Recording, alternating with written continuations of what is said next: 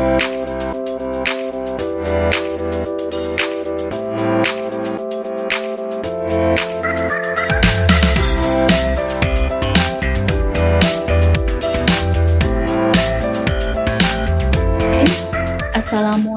warahmatullahi wabarakatuh. Halo teman-teman semua, salam sehat dan salam sejahtera untuk kita semua. Baik teman-teman, kita akan membahas materi pertemuan ke-7, yaitu terkait rasio solvabilitas. Nah, di materi rasio solvabilitas ini, kita akan membahas beberapa submateri.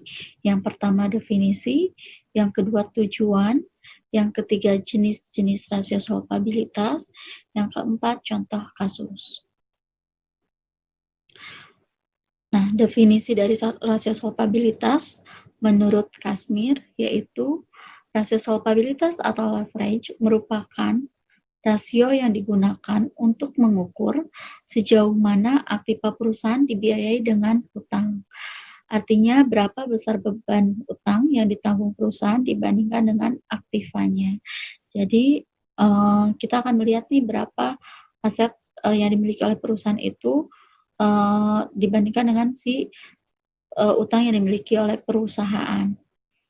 Nah, atau dalam arti luas, dikatakan bahwa rasio ini mengukur kemampuan perusahaan untuk memenuhi kewajiban-kewajiban jangka panjangnya perusahaan yang tidak solvable atau perusahaan yang adalah perusahaan yang total utangnya lebih besar dibandingkan dengan total asetnya.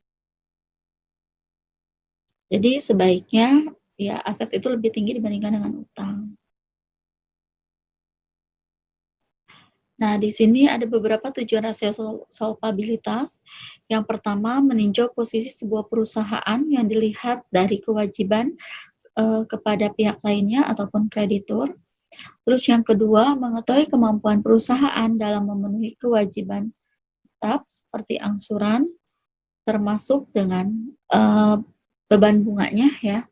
Terus yang ketiga, meninjau nilai aktiva, khususnya adalah aktiva tetap terhadap modal, apakah sudah seimbang atau belum. Yang keempat, mengetahui jumlah aktiva perusahaan yang dibiayai oleh utang dan besarnya bagian dari modal perusahaan yang dijadikan jaminan utang jangka panjang. Yang kelima, meninjau pengaruh utang perusahaan terhadap pengelolaan aktiva, apakah berpengaruh signifikan atau tidak. Terus yang terakhir, meninjau jumlah dana pinjaman yang segera jatuh tempo atau yang akan ditagih terhadap modal yang dimiliki oleh si perusahaan.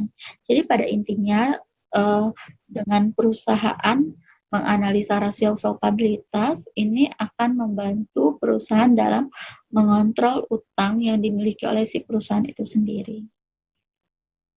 Nah, selanjutnya kita akan bahas jenis-jenis rasio solvabilitas.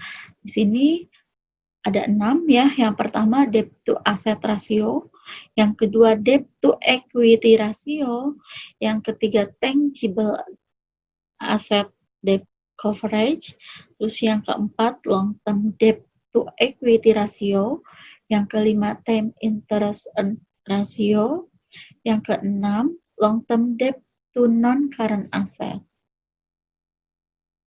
Oke, selanjutnya kita akan membahas contoh kasus dari PT Campina Ice Cream Industry (TBK). Ini merupakan salah satu perusahaan manufaktur ya yang ada di Indonesia. Nah, ini ada laporan posisi keuangan ataupun neraca. Ibu ambil 2 periode yaitu tahun 2019 dan 2018. Oke. Kita lanjut ke perhitungan rasio yang ada di dalam solvabilitas ya. Untuk mengukur solvabilitas ini bisa diukur salah satunya dengan rasio total utang terhadap total aktiva. Jadi di sini akan membandingkan total utang yang dimiliki oleh perusahaan dengan total aset yang dimiliki oleh perusahaan. Nah, rasio ini atau sering disebut juga debt to total asset ratio atau DAR ya. Rasio ini adalah menunjukkan besarnya total utang terhadap total aktiva yang dimiliki oleh perusahaan. Rasio ini menunjukkan besarnya aset perusahaan yang didanai oleh utang. Jadi semakin tinggi utangnya juga tidak bagus ya. Nah, kita lihat tahun 2018 dengan tahun 2019. Ini rumusnya adalah total hutang dibagi dengan total aset. Jadi membandingkan total hutang dibandingkan dengan total aset. Nah, ini semua data ini kita bisa lihat di neraca atau laporan posisi keuangan. Untuk total hutang kita bisa lihat di bagian bagian pasipa, dan total aset kita bisa lihat dari sisi aktivanya. Ini untuk total utang atau jumlah liabilitas, kita bisa lihat ini ya, 122, sekian sama 118, sekian dibandingkan dengan total aset atau jumlah aset. Ini bagian bawah ya, 1, sekian dan 1,004. Oke, kita lihat ke perhitungannya. Kita lihat hasilnya. Jadi ketika sudah kita bandingkan nih tahun 2018 dan 2019, 2018 diperoleh 0,12 atau 12%, dan tahun 2019 diperoleh hasil 0,11 atau 11%. Berarti di sini perusahaan Campina dari sisi DAR-nya mengalami penurunan. Hal ini tentu menunjukkan hal yang bagus ya, semakin menurun itu semakin bagus. Nah, ini penurunannya adalah 1%. Nah, nilai DAR PT Campina Es Krim Industri Tbk pada tahun 2018 sebesar 12%, sedangkan pada tahun 2019 sebesar 11%, maka artinya semakin rendah nilai DAR, maka akan semakin baik. Dan sebaliknya. Nah, selanjutnya ada Debt to Equity Ratio atau DER. Rasio ini menunjukkan atau menjelaskan hubungan antara jumlah utang jangka panjang dengan jumlah modal sendiri. Tahun 2018 dengan tahun 2019 ya, ini juga sama mengalami penurunan. Nah, DER ini rumusnya adalah total utang dibagi dengan ekuitas. Ini juga di bagian dua-duanya, kalau ini kita lihat di laporan posisi keuangan itu di bagian pasipa ya. Tadi total ekuitas, lihat di jumlah ekuitas 935, sekian, dan tahun 2018 885, sekian. Terus kita lihat juga jumlah liabilitasnya ya, ini ya teman-teman. Setelah kita hitung hasilnya tadi di tahun 2018 diperoleh nilai 0,1342, di tahun 2 atau kalau kita persentasekan yaitu dikali 100%, 13,42%, dan di tahun 2019 itu 0,1305 atau 13,05%. Nah, artinya apa? Nilai DER pada PT Campina Es Krim Industri ya pada tahun 2018 tadi yang Ibu sebut, sedangkan pada tahun 2019 itu 0,13 1305. Jika DER kurang dari 1, itu berarti bahwa kegiatan perusahaan lebih banyak didanai oleh modal daripada utang. Di sisi lain, perusahaan tersebut dipandang akan mampu melunasi utang jangka panjang. Jadi masih bagus ya kalau misalkan kegiatan perusahaan itu masih banyak didanai oleh modal sendiri dibandingkan dengan utang. Selanjutnya ada long term debt to equity ratio. Rasio ini digunakan untuk mengukur bagian dari modal sendiri yang dijadikan jaminan untuk utang jangka panjang. Nah, ini utang jangka panjang dibagi ekuitas. Kita hanya fokus di utang jangka panjang saja. Ya, ini juga sama, posisinya ada di bagian pasipa. Oke. Tunjukkan utang jangka panjang ini, liabilitas jangka panjang. Kita lihat di jumlahnya ya teman-teman. Jumlah liabilitas jangka panjang 64 sekian tahun 2019 dan 57 sekian itu tahun 2018. Oke, kita lihat hasilnya nih setelah kita hitung. Diperoleh nilai LTDR PT Campina Es Krim Industri Tbk pada tahun 2018 sebesar 0,056 atau 6%. Artinya perusahaan Campina Es Krim Industri Tbk menjamin setiap 0,06 rupiah modal yang dimiliki untuk melakukan pinjaman jangka panjang perusahaan.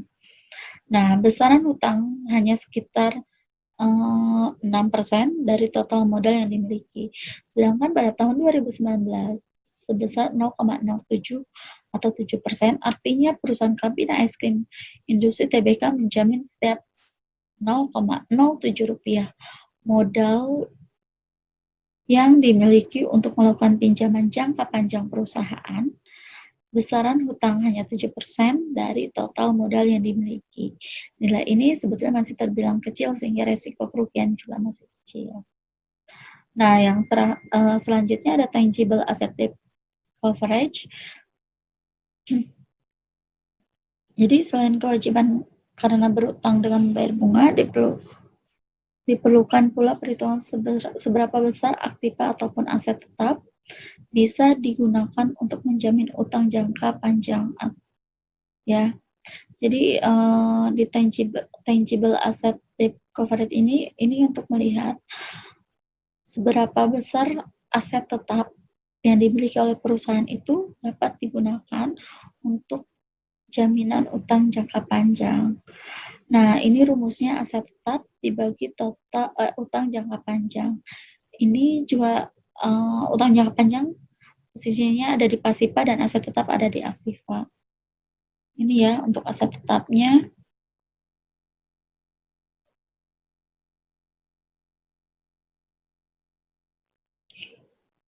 Aset tetap kita bisa lihat, nah ini jumlahnya ya, aset tetap 200 sekian sama 214 sekian.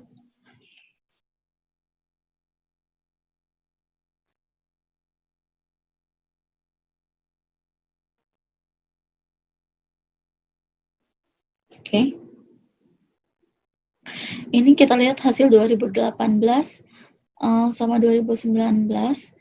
2018 itu besarnya nilai TADC pada tahun 2018 sebesar 3,73 menunjukkan besarnya aset terhadap tangible yang digunakan untuk menjamin setiap rupiah liabilities jangka panjang.